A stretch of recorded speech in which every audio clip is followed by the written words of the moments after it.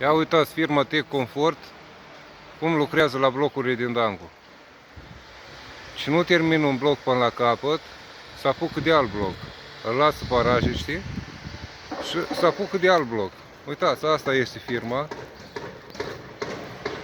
Asta este firma Tech Comfort, ca să știți. Da, ei spune că-s confort, dar nici pe jumate nu-i confort. Ia uitați cum au lăsat blocuri neterminate. Uitați, ce buleală au făcut. Ia uitați, șantier în lucru. 4 muncitori, n-au nici măcar numărul de muncitori. Și aici, la blocul meu, ia uitați ce buleală au făcut. Deci nu continua cu streșina, cu lucile care se scurgă până jos apa.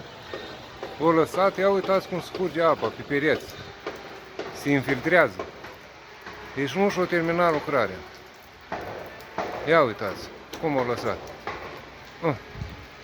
Ia uitați cum au lăsat. Uite ce, e exact în fața blocului.